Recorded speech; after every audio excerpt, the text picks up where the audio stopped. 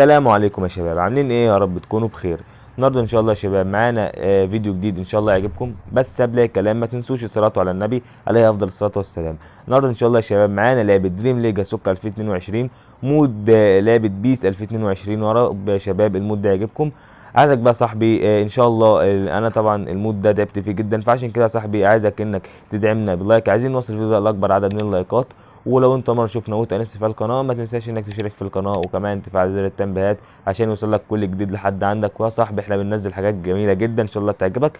لو انت مره شفنا وانت في القناه انزل خد لك لفه كده يا صاحبي في القناه وان شاء الله تعجبك. دلوقتي بقى يا شباب طبعا انتوا شايفين المميزات قدام حضراتكم اهي، وطبعا شايفين التشكيله قدام حضراتكم اهي. يا رب تعجبكم. طبعا الداتا دي انا برضو ايه اللي عاملها. يا رب تعجبكم يا شباب.